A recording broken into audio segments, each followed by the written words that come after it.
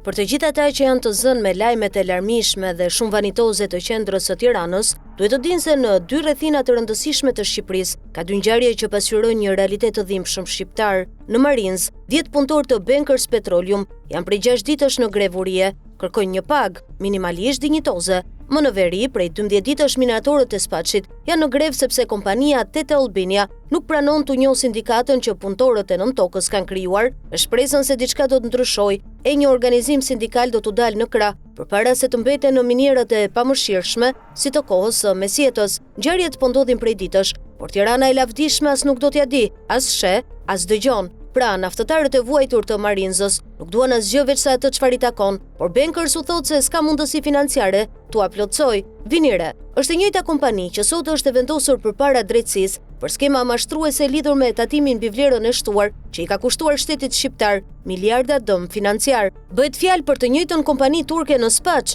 që punëtorët shqiptar i trajton si skllëvër e kur këta mundohen të organizohen në një sindikat, u çon zarfet me njoftimet për pushimin nga puna. Mjerim, pamjet që vijnë nga 2 anë të Shqipërisë janë të vërteta, të mjera deri në dhimbje, njerëz të varfër e të vuajtur që për një copë bukë japin shpirtin, por zhurma e tyre nuk mbërrin dot deri në Tiranë, sepse qeveria ka punë të tjera.